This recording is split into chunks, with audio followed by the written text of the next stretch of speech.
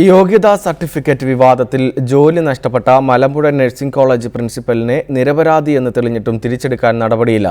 Nursing കോളേജിലെ അഴിമതി ചോദ്യം ചെയ്ത പ്രിൻസിപ്പലിനെ വ്യാജ പരാതിയുടെ പേരിൽ പുറത്താക്കിയ അധികൃതർ ഹൈക്കോടതി ഉത്തരവും അവഗണിക്കുകയാണ്.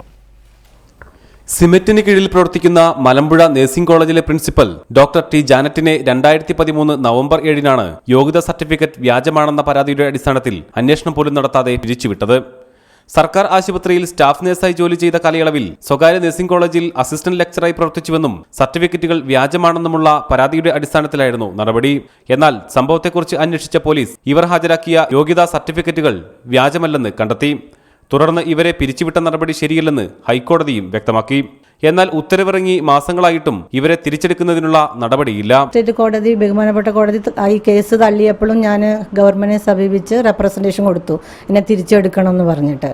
അപ്പോഴും ഒരു മറുപടിയും വന്നില്ല.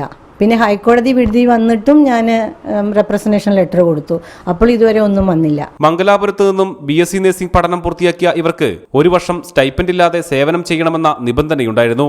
ഇതിനിടെ സർക്കാർ ജോലിയിൽ പ്രവേശിച്ച ജാനറ്റ് 1998 മുതൽ 2003 വരെയുള്ള കാലയളവിൽ വിവിധ സമയങ്ങളിലായി അവധിയെടുത്താണ് ബോണ്ട് പൂർത്തിയാക്കിയിരുന്നത്.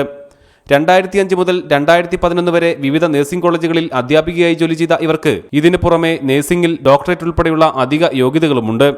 ഇതൊന്നും പരിഗണിക്കാതെയാണ് പ്രിൻസിപ്പൽ പദവിയിൽ നിന്നും നീക്കം ചെയ്തത്. നിരപരാധിയാണെന്ന് തെളിഞ്ഞിട്ടും തിരിച്ചെടുക്കാത്ത അധികൃതരുടെ നിലപാടിനെതിരെ പരാതി നൽകാനൊരുങ്ങിയാണ് ഡോക്ടർ ജാനറ്റ്. റിപ്പോർട്ടർ, പാലക്കാട്.